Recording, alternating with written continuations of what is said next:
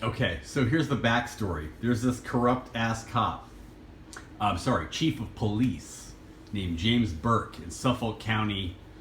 I don't know if it's friggin' New York or whatever, Long Island, right around there. All right? And he does some really, like, fucked up shit. You know what I mean? He's like a drug and sex fiend and shit like that while he's the chief of police, and he is ignoring like the murder of like sex workers and shit like that, and may be responsible more directly even. So, you know, anyway, one night, oh yeah, and he asks the district attorney one day, and the district attorney was on here talking about it. He said, I'll never forget this conversation. The chief of police asked him for a snuff film, and then described in graphic detail how somebody gets off to a snuff, what happens to the woman's body when you kill her, and then how you know the person gets off. And the district attorney was like, yeah, no, no.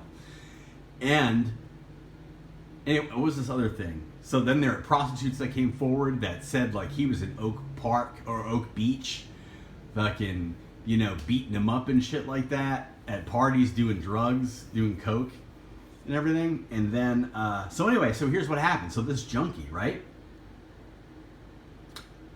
finds out that there's a cop. He doesn't know who the cop is. There's a cop that keeps stolen narcotics in his police vehicle, issued vehicle. And so he was looking for drugs one night, and he usually robs cars, you know, breaks into cars and steals whatever he could find. So he drives around the neighborhood, locates the cop's house and the car, gets in there, finds the drugs, grabs a DVD. Grabs a duffel bag and leaves. Doesn't know what's in the duffel bag, gets home, finds some DVDs. There's some wrong fucking porn on there. Like really, really bad. Also, in the police issued vehicle, by the way, okay? Butt plug, anal beads, a whole bunch of drugs, everything else, right? And so anyway, so they figure out who friggin' took it. Because they knew that he lived in the area, because they're police. So they knew who was in the area and who does those kind of crimes. Anyway, so they brought him in to an interrogation room with no friggin' camera on it. They left him handcuffed to the ground for standing up, but like handcuffed to the ground for like, I think like 10 or 11 hours. And then who comes in but the chief of police and says, you want to fucking steal from me? And beats the shit out of him.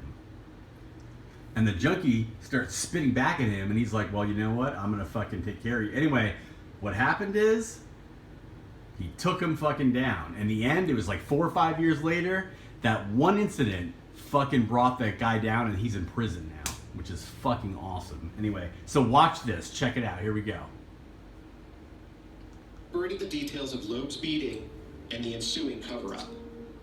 I'm very happy that the other officers came forward and testified against him, and now they're telling the truth. Everything that I said in my trial hearings was the truth. Chief, do you have anything else to say, or are you still denying the accusations? In 2015, 5 years into the Lisk investigation James Burke once led, he was arrested and indicted on obstruction of justice and civil rights charges. 3 months later, he pled guilty. At Burke's sentencing, Chris Loeb read his victim impact statement. Cameras weren't allowed in the courtroom, but here's what he said, addressing Burke directly.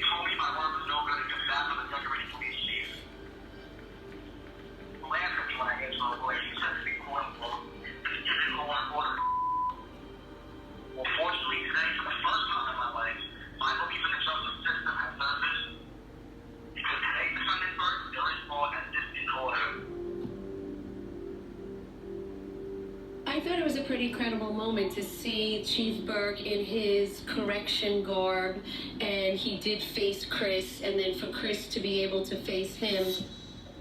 James Burke was sentenced to 46 months That in prison. should have been more. There was a level of justice here, and then even somebody as high-ranking as the chief of police can't engage in that kind of misconduct and that kind of corruption and that kind of cover-up and get away with it. He was the king, and he'd still be the king today if it wasn't for Christopher Loeb, an unfortunate drug user guy down on his luck, took down an entire corrupt organization. Yeah. If that didn't happen, this would still be going on. That's fucking awesome. Wasn't the only part of the Suffolk County power structure involved in the Loeb